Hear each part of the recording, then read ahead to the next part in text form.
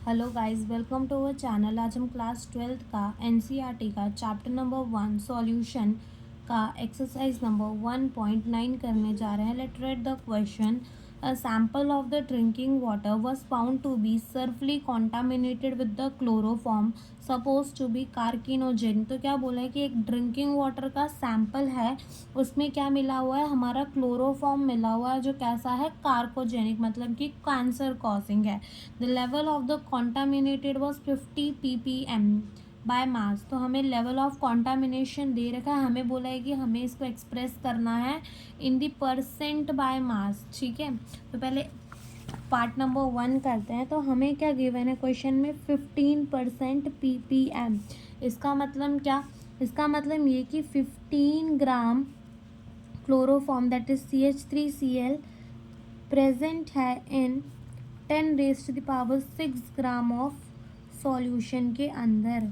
पहले हमें इसको क्या बोला है कि हमें इसको मास परसेंटेज में, तो क्या करेंगे अपन, लेंगे मास ऑफ सॉल्यूट अपॉन में मास ऑफ सॉल्यूशन इनटू 100। तो मास ऑफ सॉल्यूट हमें कितना गिवन है, 50। मास ऑफ सॉल्यूशन, तो देखो अभी अगर यहाँ पर 10⁻6 है और इधर 15, तो इतना ज़्यादा डिफरेंस नहीं आने वाला। अगर कोई कहे कि मेरे पास 1,00,000 रुपए और उसमें से उसका 1 रुपये गिर भी जाए तो उससे कोई फ़र्क नहीं पड़ेगा। वैसे ही इधर पर हम 15 को नहीं कंसिडर करेंगे और मास ऑफ सॉल्यूशन क्या ले लेंगे, 10⁻6 ले लेंगे, यानी 1 2 3 4 5 एंड 6 और इंटू 100। अब इस ज़ीरो से ये ज़ीरो कटा और यहाँ कितना बचा, 15 अपॉन में 10⁻4। तो ये हो जाएगा 15 इंटू 10⁻⁻4%। तो फर्स्ट पार्ट का हमारा आंसर आ गया। सेकेंड पार्ट में हमें क्या पूछा है, सेकेंड पार्ट में आओ पढ़े, हमें क्या पूछा है। सेकेंड पार्ट में हमें बोला है कि determine the molality of the chloroform in the sample of the water. तो मोलैलिटी क्या होती है, मोलैलिटी होती है अपनी मोल्स ऑफ सॉल्यूट अपॉन में mass of solvent in KG. ठीक, तो अपन को मोल्स कैसे निकालते हैं, गिवन वेट क्लोरोफॉर्म का अपॉन में मोलार मास ऑफ क्लोरोफॉर्म देख लेते हैं कितना होता है, CH3 एंड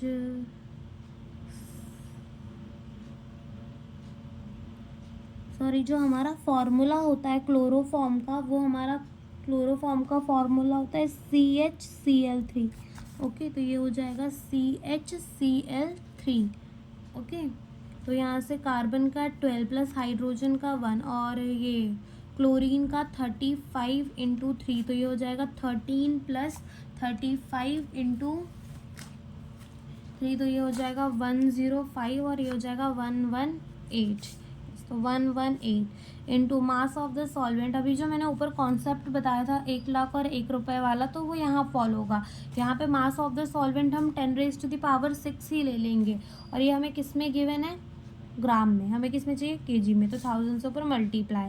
तो फिर यहाँ से हम जब 15 डिवाइड बाय 118 करेंगे तो हमारा आ जाएगा 0.127 इंटू, ये ऊपर जाके माइनस, प्लस माइनस माइनस, ये आ जाएगा कितना, 10⁻⁻3।